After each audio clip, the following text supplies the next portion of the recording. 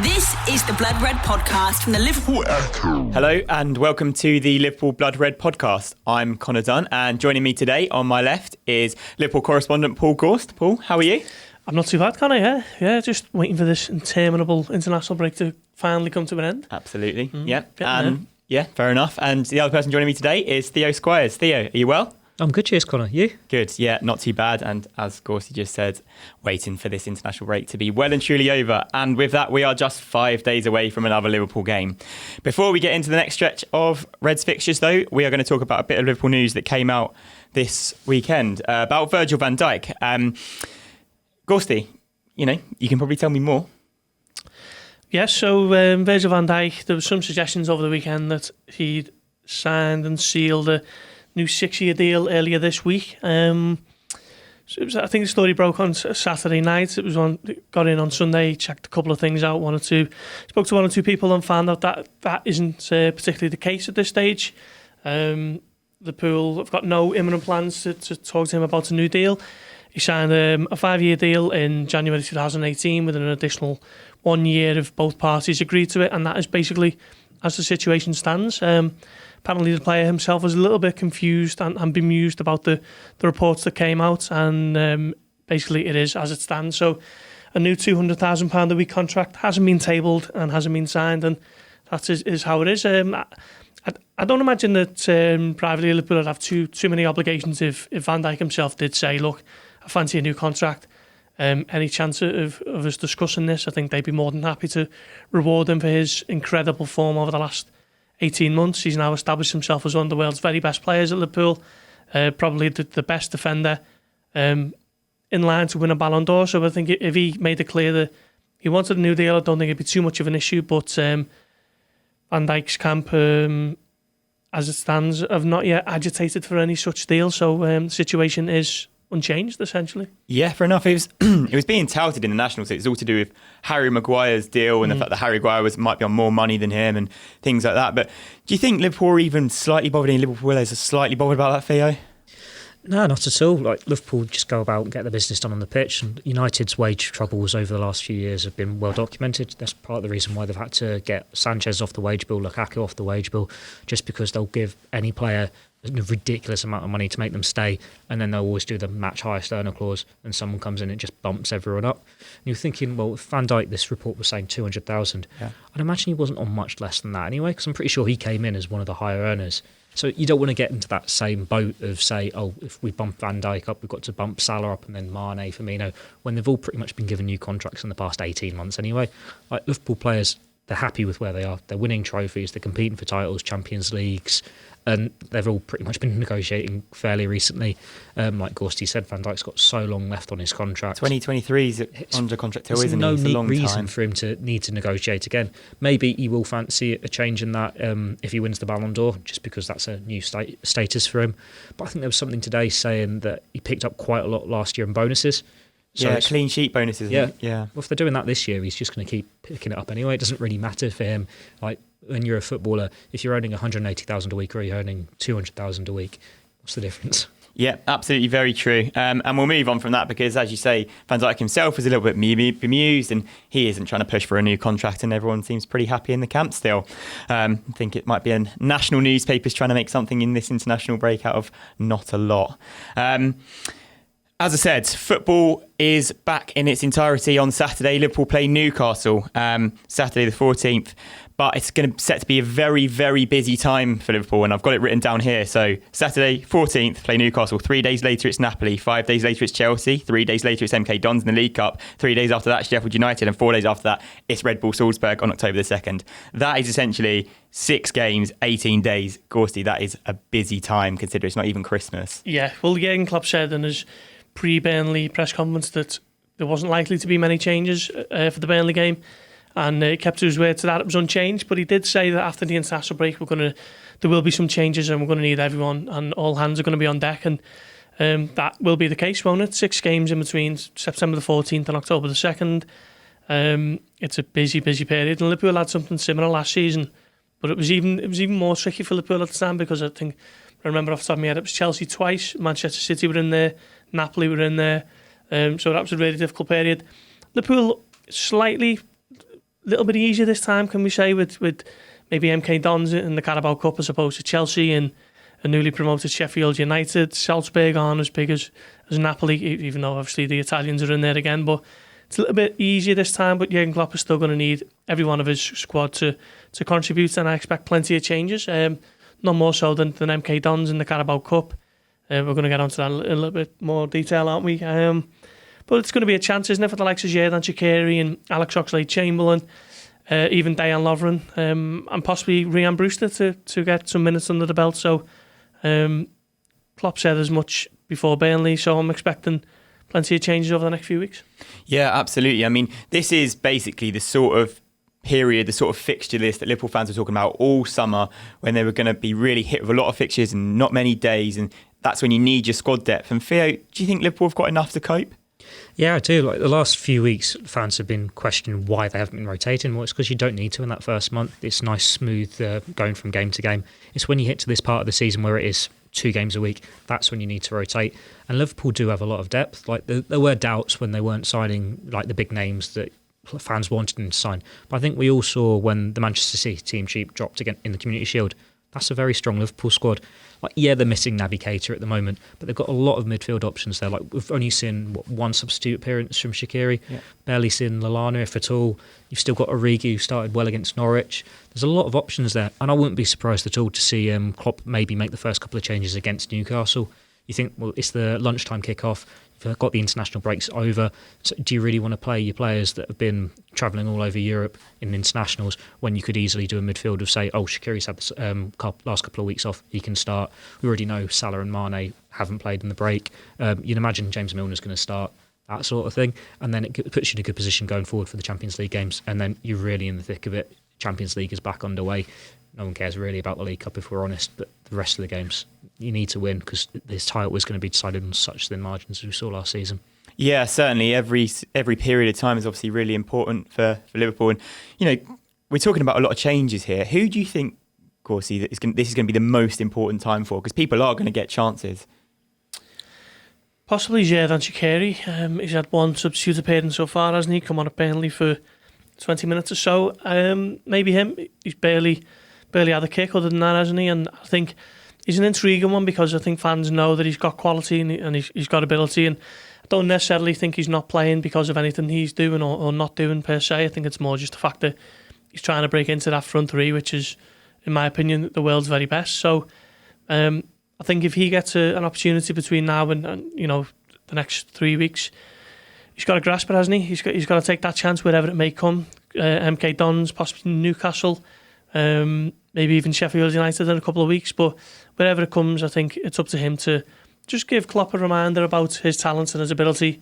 He'll have seen it, no doubt, at Melwood and whatever, but in a match day situation, it's his big chance to turn it on and basically show that he's still got plenty to play for at Liverpool.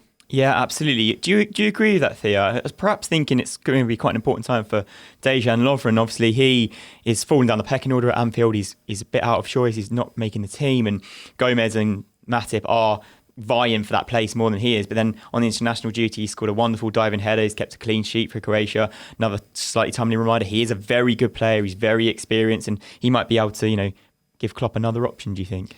Potentially, but you're looking at those fixtures, the only game you can really see him coming in for is MK Dons, because it is very much Van Dijk starts and it's one other. Yeah. And Joe Gomez is top of that list behind Matip at the moment. So it's a very tough ask for Lovren to get in ahead of them unless there's an injury. Of course.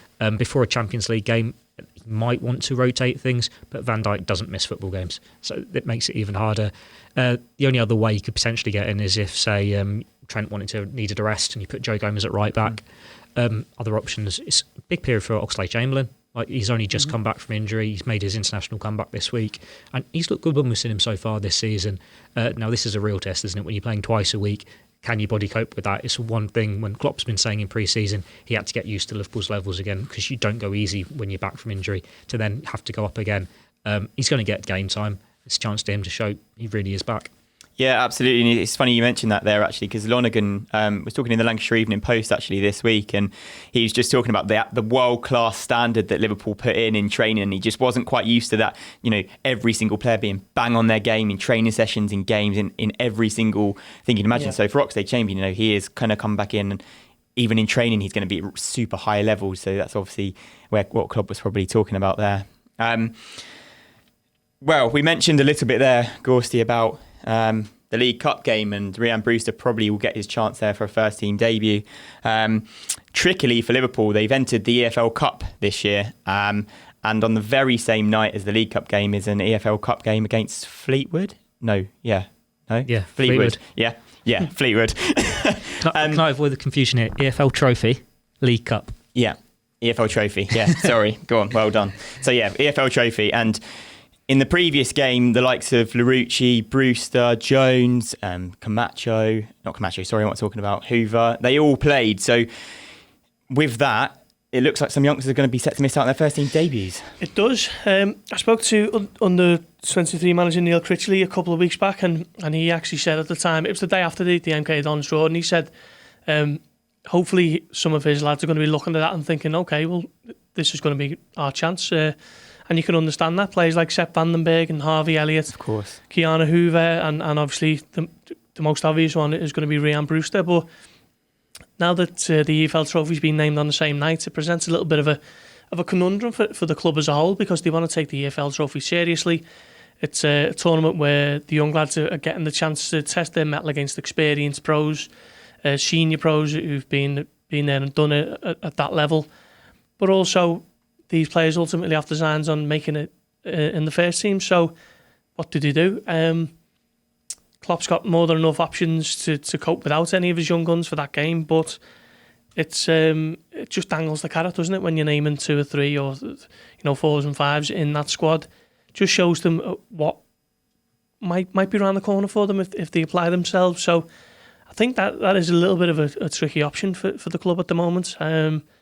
I'd argue that Brewster's probably going to go with the first team for the MK Dons game. But then, who else? Keanu Hoover, probably. Sepp Vandenberg, Harvey Elliott, I'm not too sure. I think they might be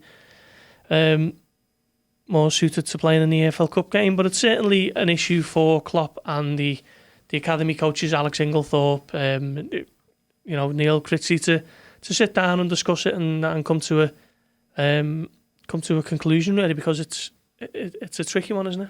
Yeah, it certainly is tough, Theo. And I was just thinking there, they lost the first game of the trophy. They play 3 games overall to get into the next stage. So, if they don't win the second game against Fleetwood on the same night, they're probably going to be out of the competition. So how do you think the club will look at that? It's a weird one, because with the EFL Trophy, you get a second point if you draw the 90 minutes, because it's decided on penalties. Yeah. So they could win a penalty shootout and still go through without actually winning a game in 90 minutes. I think the club, they're going to take it seriously, aren't they? That's why they entered. They want to get these players having that game time. But I'm surprised they've not moved it, because you want to have representatives at both games. And like Gorsty said, it's dangling that carrot. But can you imagine what training's going to be like in that week for the youngsters coming up to it? Like every single knock in training, say like Dejan Lovren's gone down, one of the centre-backs is going to be eyeing up that slot. It's just going to be so intense, and you're waiting for both team sheets to be announced to see what squad you're in. Who's going to make the cut? Because it's such a hard call. Because like you say, well, you normally League Cup games, that's when you play your backup keeper. And you think Harvey Elliott made the bench in the Super Cup, didn't he? So you think he might be in with a chance, but then they've got that game, so... It's like usually you go for your backup keeper, but then wouldn't you want Keller starting in this one? I think Harvey Elliott's probably got the best chance out of the rest. Like you said, he was on the bench in the Super Cup and he's been a bit more involved, whereas Vandenberg hasn't, and there's more competition there. Yeah. But Gorsty and I have gone through trying to name an 11 today, and you're looking at it, and apart from the fullbacks, there aren't really any slots available for the kids. Like Brewster will get his chance just because they've promised him his chance for so long now. He'd be a bit annoyed if he doesn't get this game. Curtis Jones maybe, because he's got the 23s armband. He's done well, but he's still very young. It's only 19, isn't he? So. Do you want to be an extra player, just making up the 11 against MK Dons, where it's an experience for you, or part of this overall journey? Because if Liverpool don't progress in the League Cup, you don't know when that opportunity is going to come again. Yeah. Like we saw last year, because it was Chelsea, Klopp didn't go for the kids. He went for the more reserve options. And then you didn't see the debuts for Hoover. Camacho at the time, and Jones until they played Wolves in the Cup and the FA Cup in January, and they were knocked out, and that's them done for the season. It's a big dilemma for both managers choosing their sides.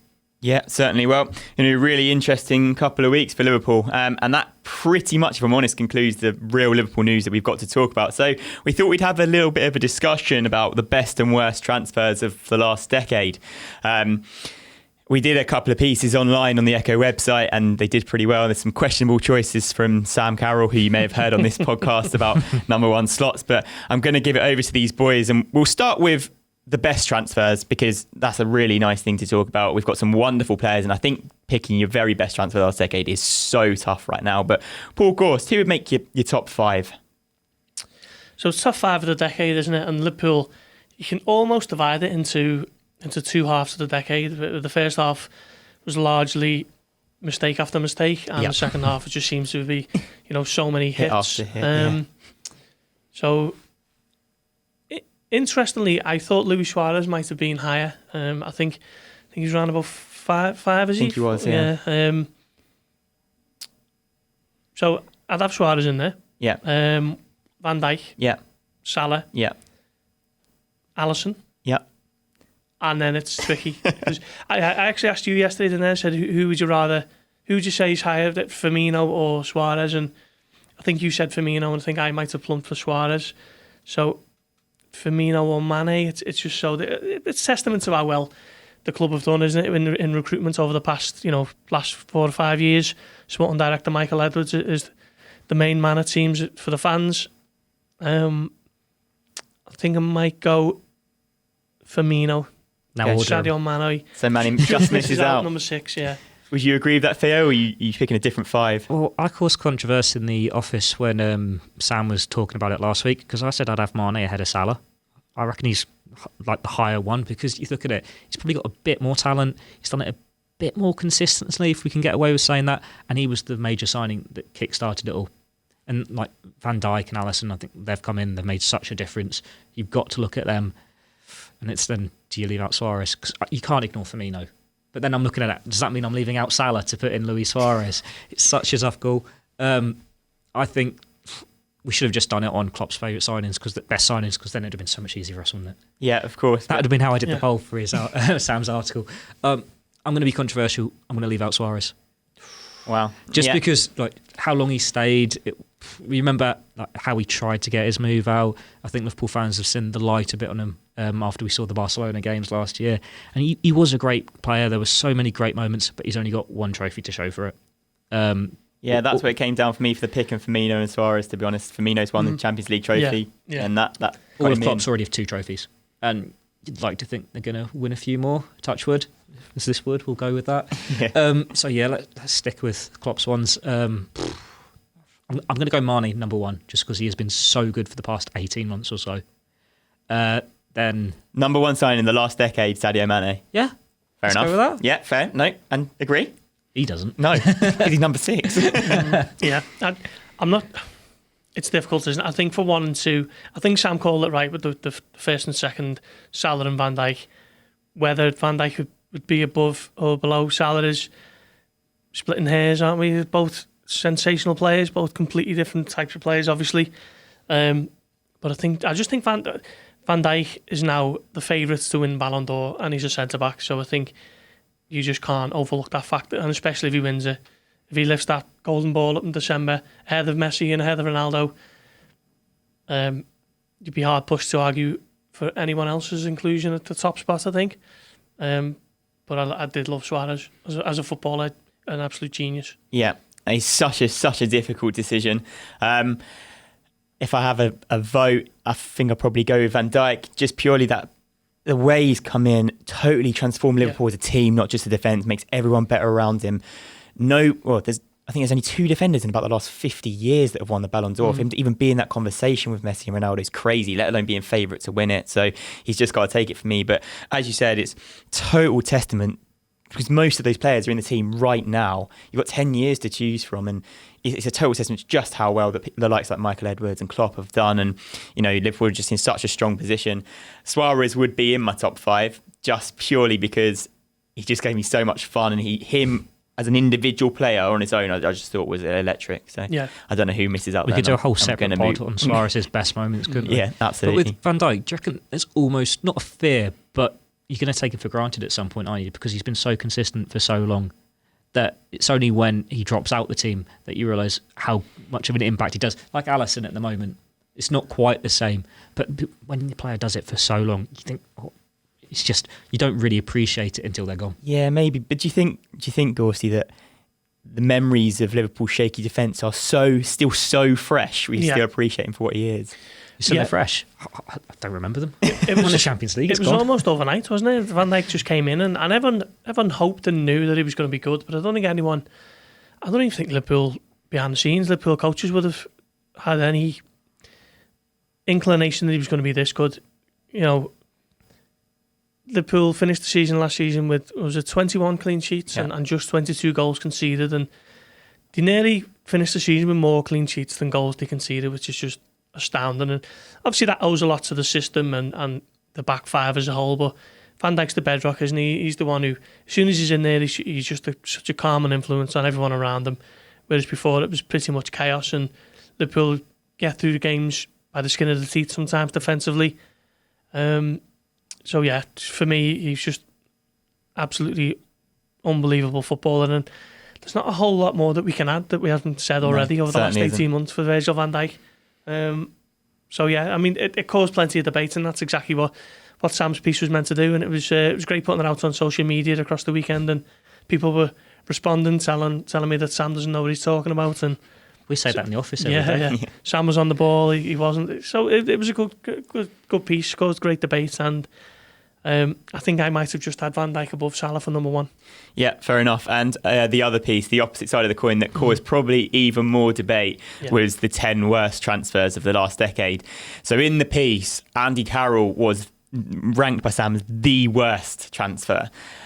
I personally disagree with that. So do I. Paul So Gorst, do I think. What do you think? Okay, let's. We can't dress it up. Andy Carroll was not a success at Liverpool, was he? No. It was £35 million, and Came on the same night as Suarez, didn't he? same weekend. Yeah, they were. The weekend Liverpool sold Fernando Torres to Chelsea, and I think the owners at the time, FSG, I think they'd only been at the club about 3 months, and I think they were a little bit wary of, if they didn't reinvest immediately, the fans might have accused them of the same things as the previous owners. So I think to spend so much of the outlay on Carroll was ultimately misguided. He was never a good fit, but he wasn't a complete pony. There was one or two nice moments. Winner. Scored in the FA Cup semi-finals, scored in the final, completely turned that game on its head against Chelsea, and would have changed the game completely if Petr Cech hadn't pulled off one of the greatest FA Cup final saves of all time. I think that's often overlooked when talking about Carroll. He had John Terry completely up the wall when he came off the bench, scored a great goal, and was so unlucky not to add to it. But okay, it wasn't a success, but I wouldn't have him down as the worst transfer of the decade. There were other players in there who, for me, didn't cost as much, but contributed far less. Tell me yours. Tell me your worst. I might have had Lazar Markovic, if I'm honest. He had one season in the end. I think he cost the club 9 million in wages between his last start and his eventual leaving, so he hasn't played a game and earned 9 million. His last match was Steven Gerrard's last goal at Anfield, which tells you how far back he was, that Liverpool just couldn't get him off the books for whatever reason. Loan spells didn't really work out. And he was a player who came with a lot of pedigree, wasn't he, in July 2014, and within a couple of months it was sort of already on the wall that he wasn't up to it. And for me, he was just such a monumental flop at a time when Liverpool really needed Luis Suarez's replacements to collectively take off, and he really never. Yeah. Theo, Markovic is up there. I'd have Markovic above Carroll. But for me, I think it's Mario Balotelli. Just because Markovic, he was 20 million and he was so difficult to get off the wage bill and everything, but he was still so young when he came across. You're spending that money on the potential, whereas Suarez has gone. Balotelli was supposed to be the main man, wasn't he? We've all seen what he's done, all those talents. He didn't cost quite as much, but he was a bigger disappointment. You knew he would be a disappointment. You all had that foresight thinking this isn't going to end well, but I don't think anyone could really envisage how bad he really would be. And it was just a catastrophic transfer at the time. It was one that you all rolled your eyes at, and it just got worse as the season went along, to the extent that it was Ricky Lambert's going to have to start up front. Fabio Borini came in from the cold, and then it was Raheem Sterling playing up front. And while that would look like a brilliant decision now, 45 years ago it wasn't. So I'm going Balotelli just because he was everything wrong about Liverpool at that time. It was a completely wrong transfer at the wrong time. Another one that's overlooked, no particular slight on his attitude, but I thought the Christian Benteke signing was an appalling one for the amount that he cost. Not much less than Andy Carroll. I think at the time he moved up to second as the most expensive Liverpool signing of all time. And another player who was just wholly unsuited to Liverpool's game plan. I think there was conflicting arguments in the club at the time between Brendan Rodgers and the likes of Barry Hunter, chief scouting, and Dave Fallows, who was the head of recruitment, and it just didn't work out at all. He was another one who was sent packing, wasn't he? Yeah, absolutely. I think Paul Konchesky, you could say, he was another one, especially when his mum came out calling everybody scums. Not the one. I think for me, though, probably it's tricky to say. I think for me, Balotelli was the worst signing, but probably most disappointing, because I was really excited about Balotelli coming. I thought Liverpool really could have done something with him. It's been the same story of him with a lot of clubs, hasn't it? But you just think he had that something, but just never really proved it. It was scored one Premier League goal for Liverpool, and it's just ridiculous. It's when they had seeing is believing on the shirts, which I thought was quite fitting at the time. Absolutely. But luckily, all of those players we're talking about are not in the team, not in any recent past, and Liverpool are in a fantastic position. As I said, we are 5 days away from the return of Liverpool in the Premier League, and they are the early kickoff, so that'll be 12:30. But before then, we'll be back on Friday with another podcast. Thank you very much for listening.